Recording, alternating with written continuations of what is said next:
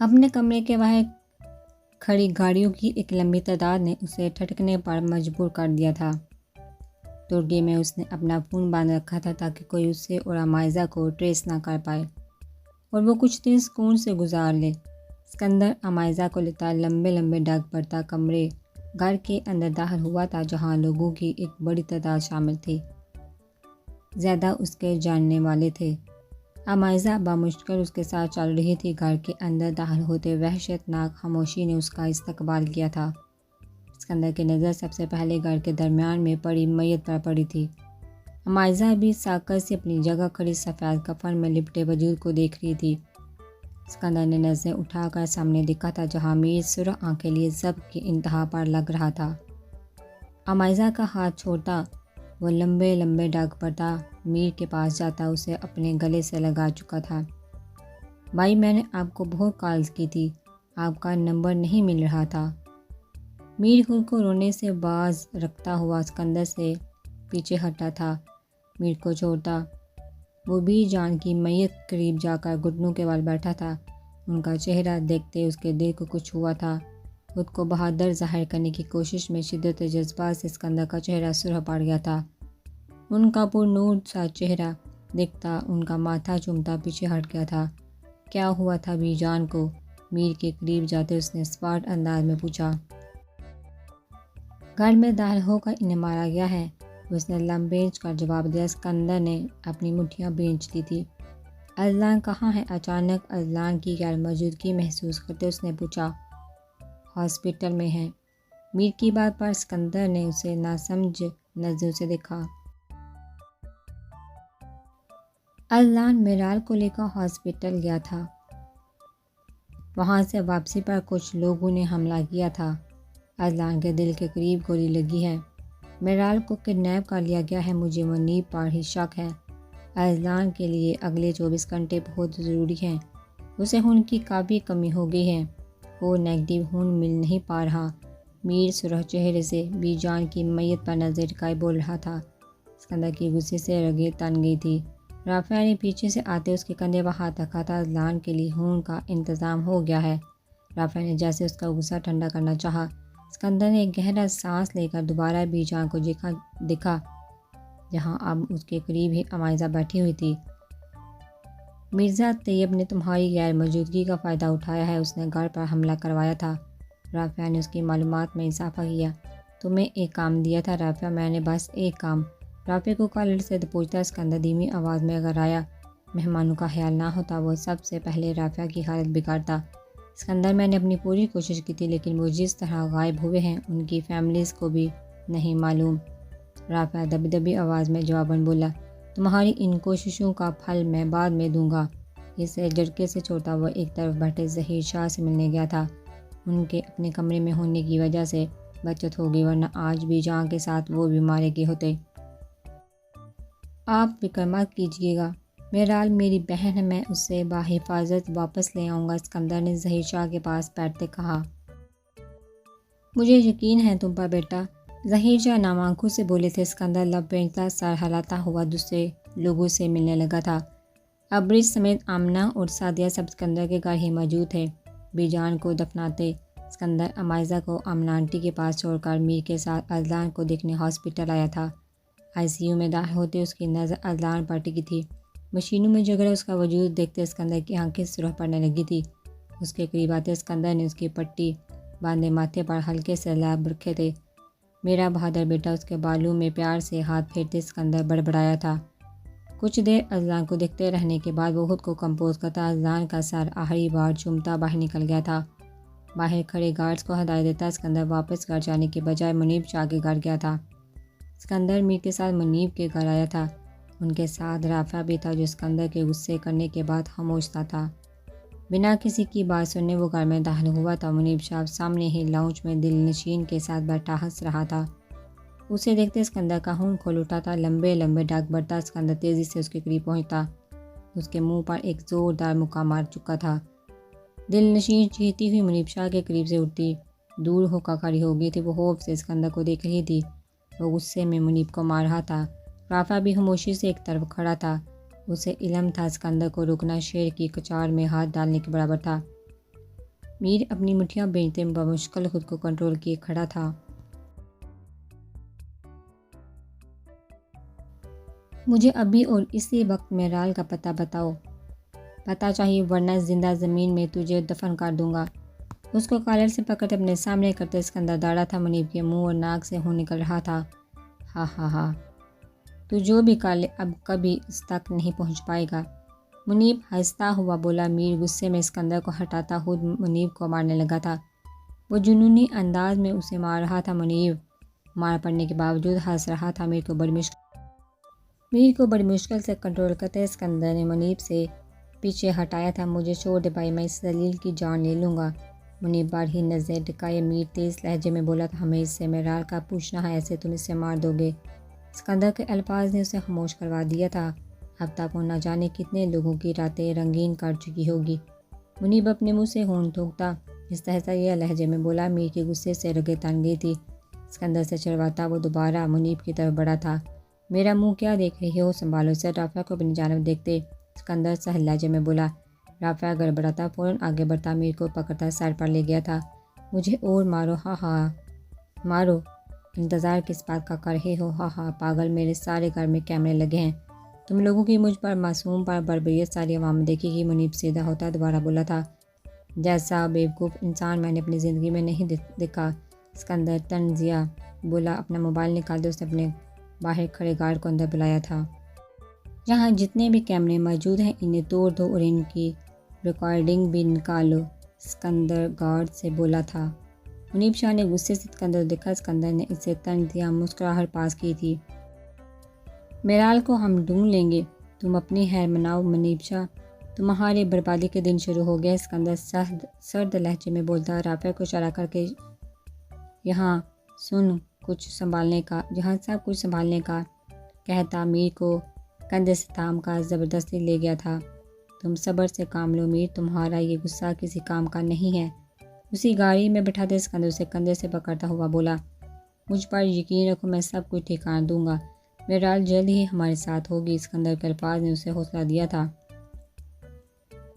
اپنے دل میں اٹھتی ہلکی ہلکی ٹیسیں محسوس کرتا وہ آنکھیں بند کرتا سیٹ سے ٹیک لگا گیا تھا۔ اسکندر گہرا سانس بھرتا اس کے ساتھ ہی بیٹھ گیا تھا۔ ابریش آمنہ سے اجازت لیتی مہران کے ساتھ اذلان سے ملنے ہاسپٹل آئی تھی۔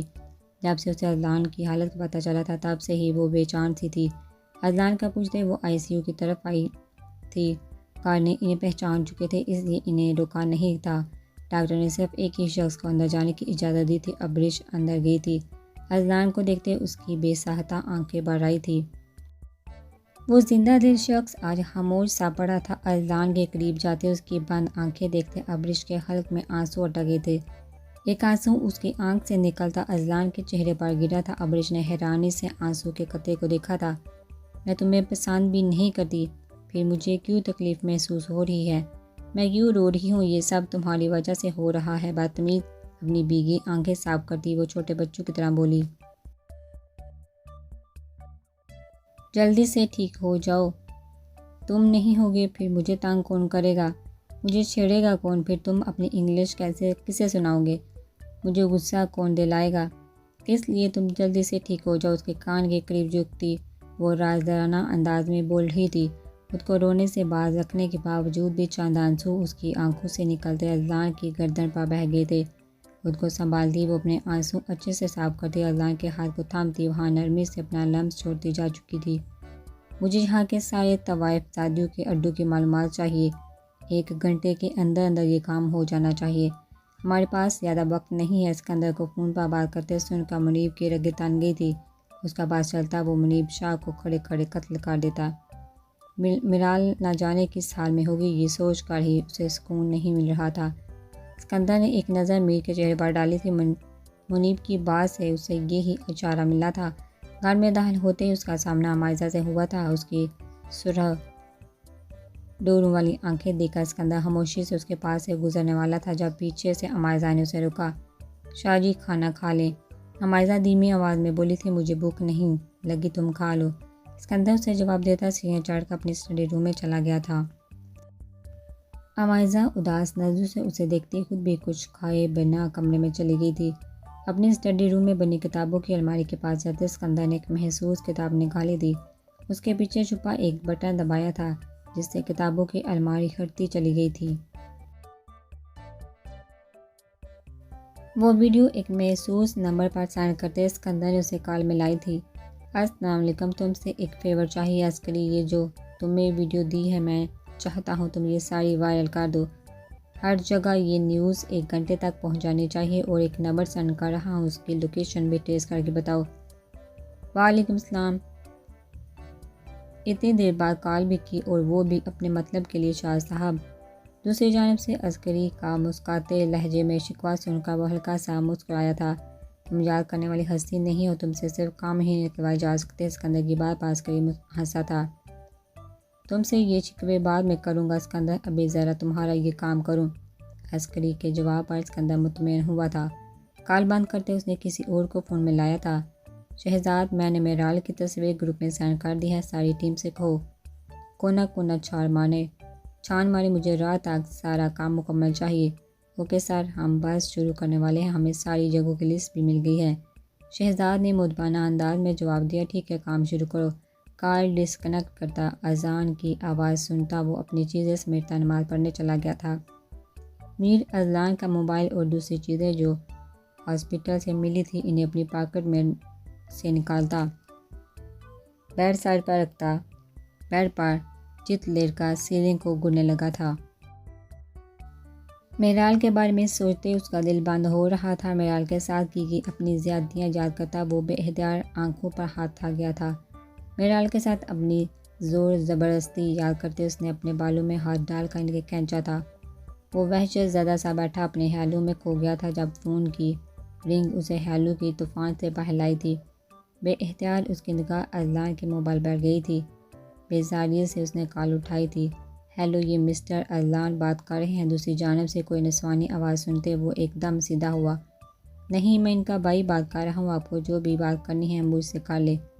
میر اپنا ماتھا مسلتا ہوا بولا، میں سٹی ہاسپٹل سے بات کر رہی ہوں، ان کی سسٹر ان لا مسز میرال کی رپورٹ انہیں دینی تھی۔ میرال کا نام سنتا وہ مکمل طور پر اس کی جانب متوجہ ہوا تھا۔ میرال میری بیوی ہیں، آپ کون سی رپورٹ کی بات کر رہی ہیں؟ میر نے بے چینی سے پوچھا۔ مبارک ہو سر، آپ کی وائف 1 منتھ سے پریگننٹ ہے۔ دوسری جانب سے اور بھی کچھ کہا جا رہا تھا لیکن اس کی سماعت بند سی گئی تھی۔ غصے سے اٹھتا وہ فون زور سے دیوار پر مار کر توڑ چکا تھا۔ اسے میرال کے پاس جانا تھا، وہ یہ خوشی اس کے ساتھ محسوس کرنا چاہتا تھا لیکن وہ کہاں تھی۔ یہی بات اسے غصہ دلا رہی تھی۔ غصے اور بے بسی سے اس کے ہاتھ میں جو چیز آ رہی تھی وہ اسے توڑتا جا رہا تھا۔ اسکندر جو نماز پڑھ کے واپس گھر لوٹا تھا میر کے کمرے سے شور کی آواز سنتا۔ وہ تیزی سے میر کے کمرے کی جانب گیا تھا۔ دروازہ کھولتے ہی اسے میر کا کمرہ تہس نہس کرتا ہوا نظر آیا تھا۔